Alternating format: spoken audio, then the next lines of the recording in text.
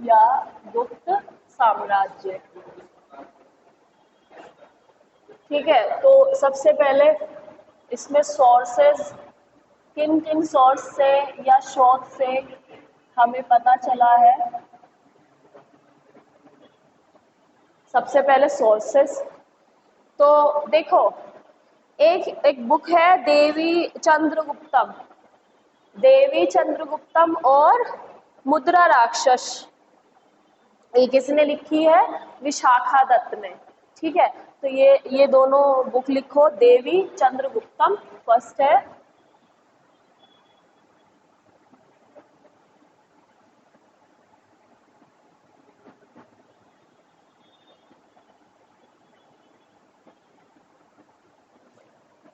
और मुद्रा राक्षस।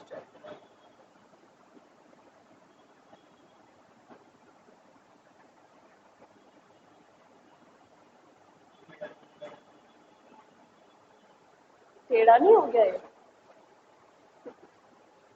तो इस बोर्ड पे ना ऐसे खड़े हो तो पता नहीं चलेगा कि कैसे लिखता है। देवी चंद्र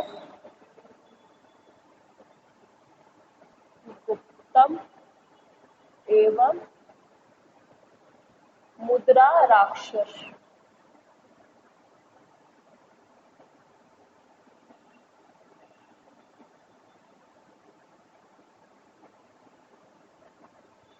मुद्रा राक्षसम किसने लिखी है? दोनों किताबें ये लिखी है विशाखादत्त ने।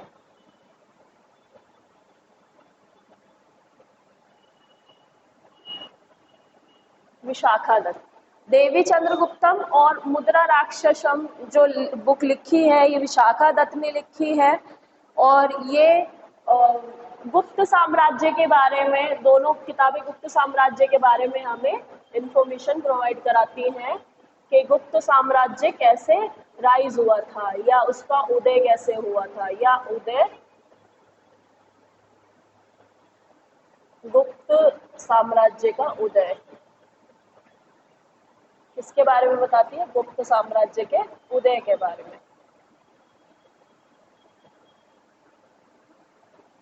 उदय मीन्स के हाउ दे बिकम रूलर्स और how they become, how the गुप्त बिकम एन एम्पायर।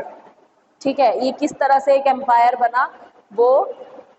अब इसमें बहुत इंपॉर्टेंट जो सोर्स है that is Chinese traveller.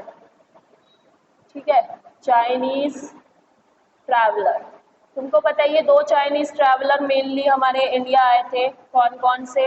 Hiuen Tsang और फाहियान।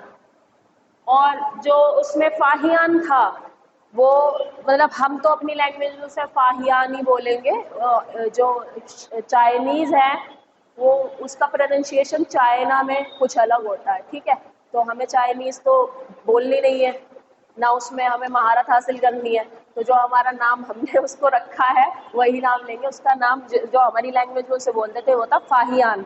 ठीक है, या फिर उसे ऐसे बोलेंगे फाहियान।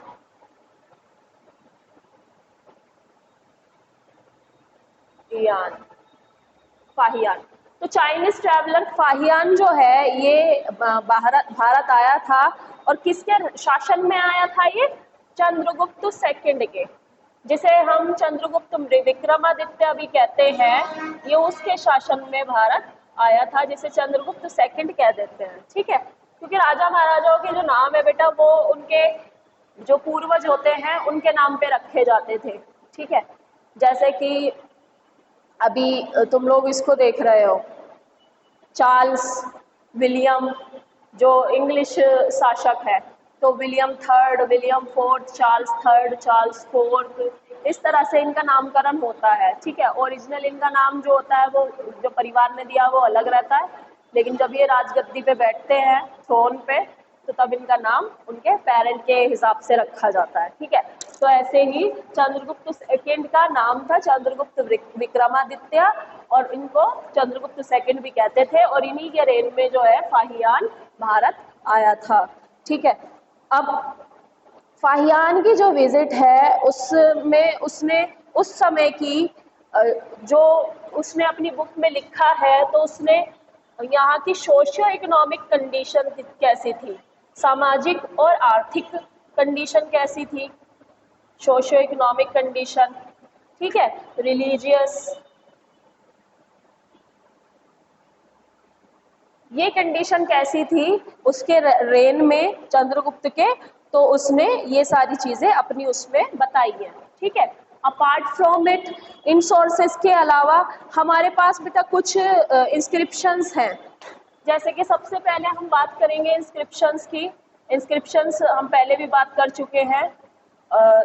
तुम्हारे सबसे पास में जो है इंस्क्रिप्शन तुम जाके देख सकते हो, वो है मेहरौली का पिलर, जो आयरन पिलर है मेहरौली का, तुमने देखा भी होगा। और मे भी तुम लोग कुतुब मीनार अगर नहीं गए हो तो कभी जाना कुतुब मीनार को भी देखना, और वो जो आयरन पिलर उसके कॉम्प्लेक्स में खड़ा है उससे भी देख के आना, ठीक है। तो जो आयरन पिलर है वो ओरिजिनली दिल्ली से बिलोंग नहीं करता, ठीक है, ये भी तुम्हें पता ही होगा। तो क्योंकि उसका वो जो दिल्ली सल्तनत है उनके रूलर्स से भी ज्यादा पुराना है वो, ठीक है। तो वो किसके साम्राज्य का है, वो गुप्ता साम्राज्य का है, ठीक है। तो मेहरौली का आयरन पिलर, सबसे पहला तो इंस्क्रिप्शन में लिखो Mehrauli iron pillar,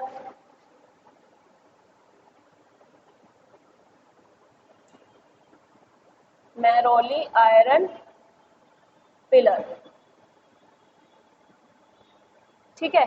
iron pillar क्यों हमारे लिए पिलर इंपॉर्टेंट है, क्योंकि इस पिलर पे क्या लिखे हुए हैं बेटा, इंस्क्रिप्शंस। वो इंस्क्रिप्शंस जो है वो दूसरी लैंग्वेज में है, प्रॉब्ली ये they are in Pali language, ठीक है।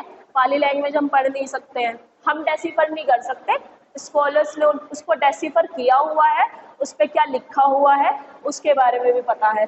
और एक है बेटा इलाहाबाद पिलर, इलाहाबाद इंस्क्रिप्शंस या इलाहाबाद पिलर, इलाहाबाद पिलर, ठीक है। इस पर भी इंस्क्रिप्शंस लिखे हुए हैं,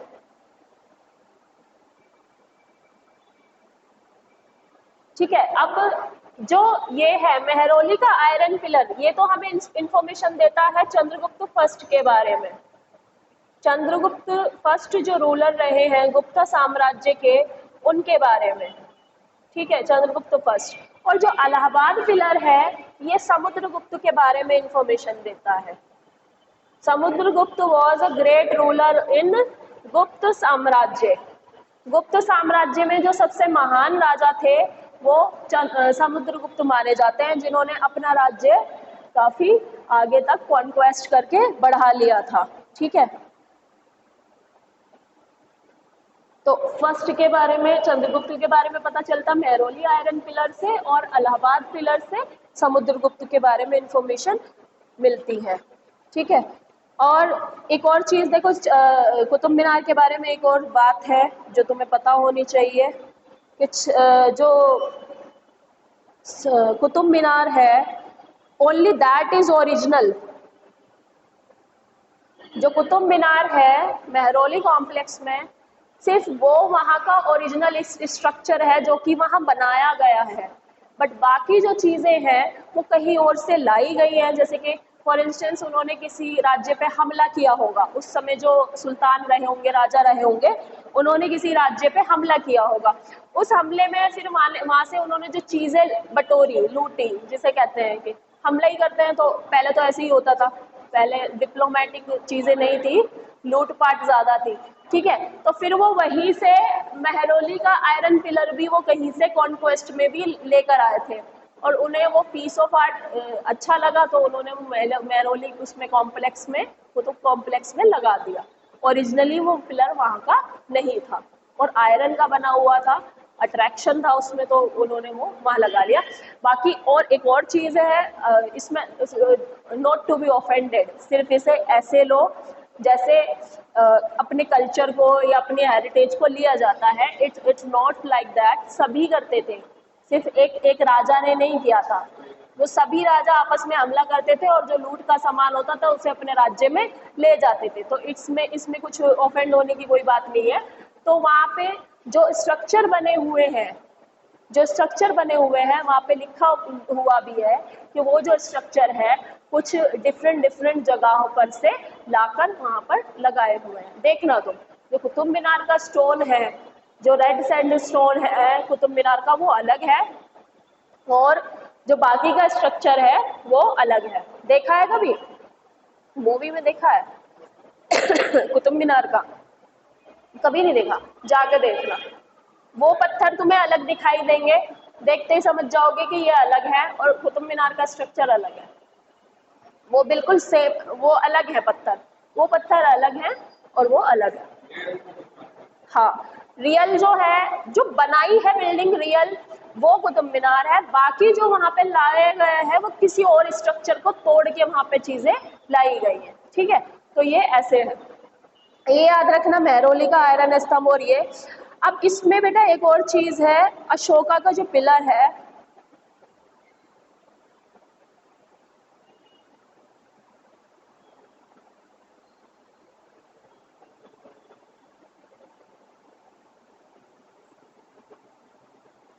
ठीक है, तो जो अशोकन पिलर पे लिखी गई है बातें,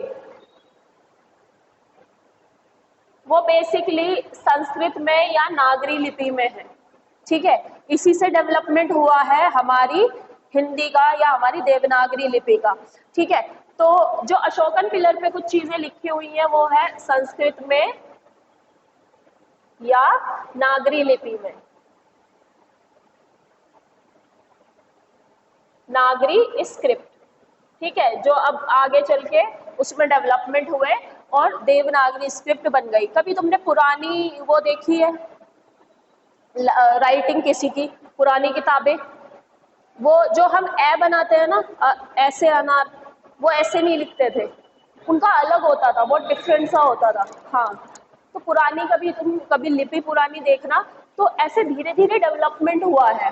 पहले पाली थी, पाली के बाद धीरे धीरे संस्कृत की तरफ रुझान हुआ, संस्कृत क्लासिकल संस्कृत थी, फिर संस्कृत से धीरे धीरे हमारी हिंदी का डेवलपमेंट हुआ, शुद्ध हिंदी।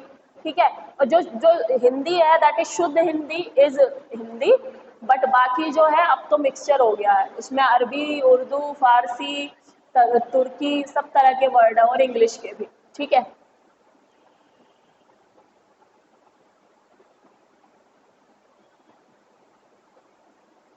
अब जो ये वाला पिलर है इसमें 33 लाइंस लिखी हुई है, 33 लाइंस, लाइंस मतलब पंक्तियां लिखी हुई हैं, इसमें 33 पंक्तियां लिखी हुई हैं और ये किसने लिखी है? हरिसेन ने।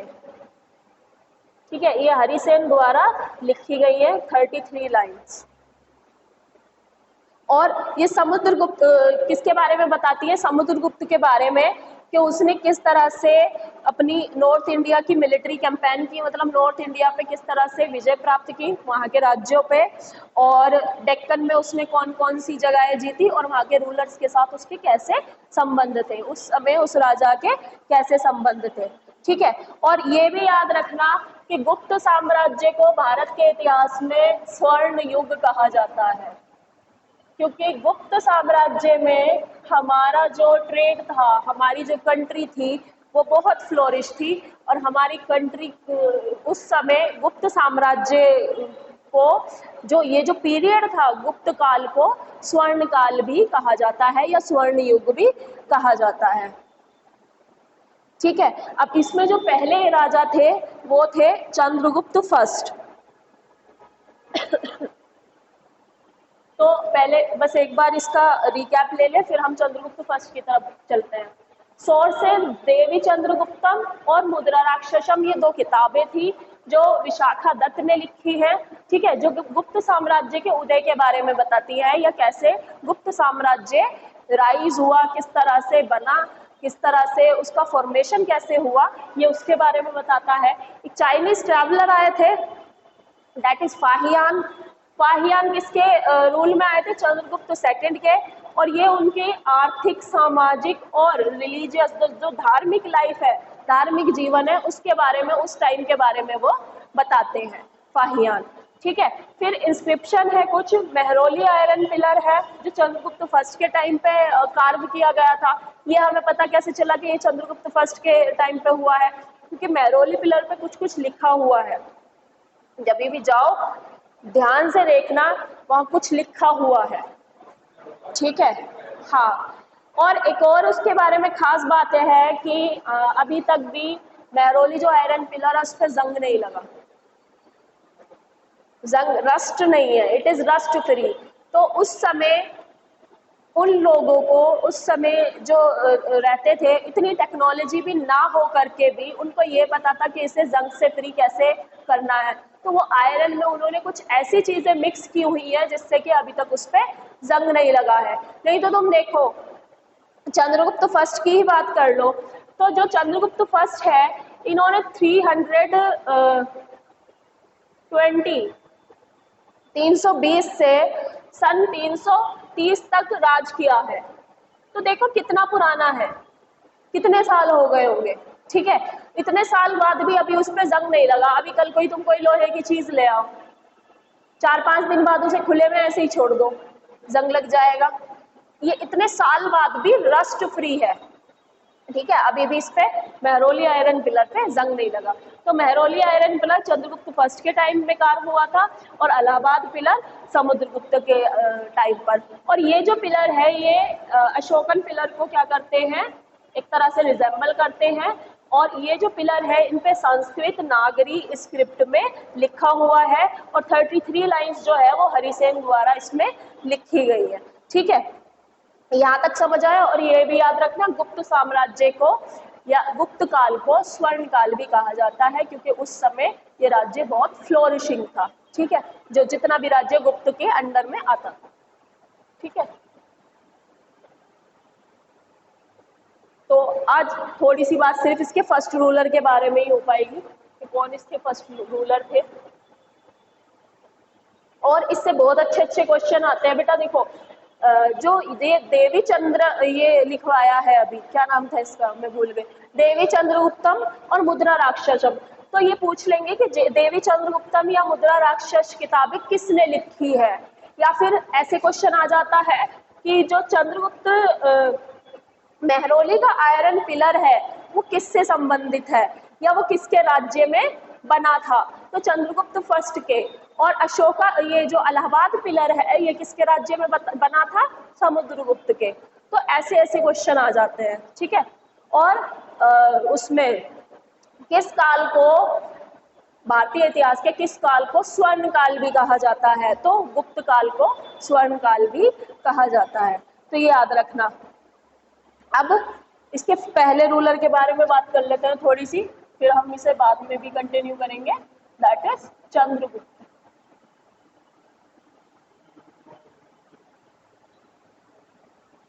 फर्स्ट। इन्होंने राज किया था 320 से 330 एडी, ठीक है। अब सबसे पहले चंद्रगुप्त गुप्त साम्राज्य तो था, इसका फाउंडर कौन था, फाउंडर का नाम लिखो, फाउंडर था श्रीगुप्त, ठीक है। इसका जो फाउंडर था गुप्ता डायनेस्टी का, दैट इज श्रीगुप्त। ये मत सोचना कि चंद्रगुप्त फर्स्ट ही थे, वो नहीं थे, इट वाज श्रीगुप्त, ठीक है, श्रीगुप्त।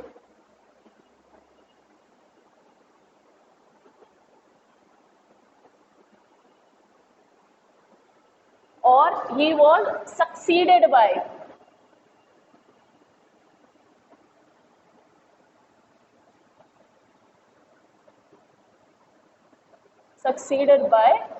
घटोत्कच।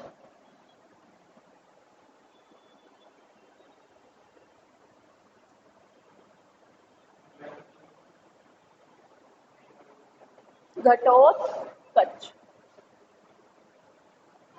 ठीक है, he was succeeded by Ghatotkacha. और इन दो को, श्रीगुप्त को और घटोत्कच को, इन दोनों को क्या कहते थे, महाराजा। ये दोनों एज महाराजा जाने जाते थे, ठीक है, इन दोनों को कहते थे महाराजा। घटोत्कच वो भी थे ना उसमें महाभारत में, हाँ भीमपुत्र घटोत्कच भी थे ना, वो राक्षस के बेटे थे, नहीं राक्षसी के, हाँ वो देखी है ना वो स्टोरी, उसमें घटोत्कच वो अभिमन्यु की भी हेल्प करते हैं, वो महाभारत में है ना, वो हमने देखा है, कार्टून स्टोरी देखी है मैंने उसकी। भीमपुत्र घटोत्कच, इनका नाम भी घटोत्कच था, ठीक है, और इन दोनों को महाराजा कहते थे। हाँ, इनके बारे में बेटा ज्यादा इंफॉर्मेशन पता नहीं है, कहीं किसी इंस्क्रिप्शन पे ये लिखा हुआ था कि he is the founder of Gupta empire, बस, ठीक है, इनके बारे में ज्यादा इंफॉर्मेशन नहीं है। चंद्रगुप्त फर्स्ट के बारे में इंफॉर्मेशन है। तो इनके बाद घटोत्कच के बाद जो रूलर बने वो बने थे चंद्रगुप्त, ठीक है, इनके बाद जो रूलर बने that is Chandragupta, Chandragupta first. और इनको महाराजा धीराज भी कहते थे, इनको महाराजा धीराज,